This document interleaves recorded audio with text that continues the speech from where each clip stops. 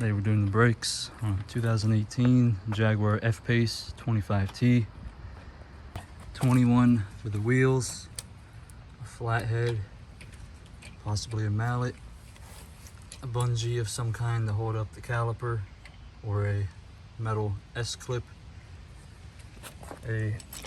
another 21 millimeter for the caliper mounting bolts, and a T50 for the rotor set screw, and of course new pads, new springs. So I'm good to it. We need a 10 millimeter to do the brake line sensor on the driver's side.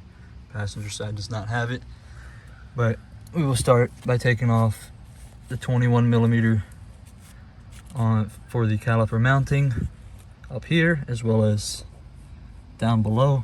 We'll get those off, break loose the rotor set screw, and pop this clip off while we're here now.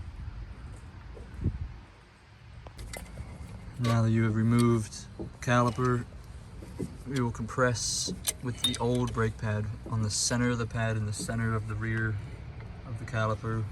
We will compress it until it stops going. Don't force it until it's flushed down. Just like that, pad goes down flush.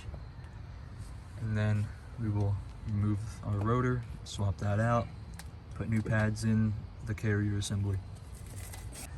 Once you've got your rotors off, it's a little rusty and hard to get off like ours. I had to take a blowtorch, heat up around the lugs so it expands away from this hub, and take a wire brush, clean up some of that rust so it's not so bad next time. Once everything's back together, you torque the wheels to around 100 foot-pounds. You can bed in the brakes. We've already done so. You just kind of drive normal for 10 minutes, 15 minutes, and then do a 35 to 5 a few times in a row. Make sure you don't come to a complete stop. It's all good to go. Thanks for watching.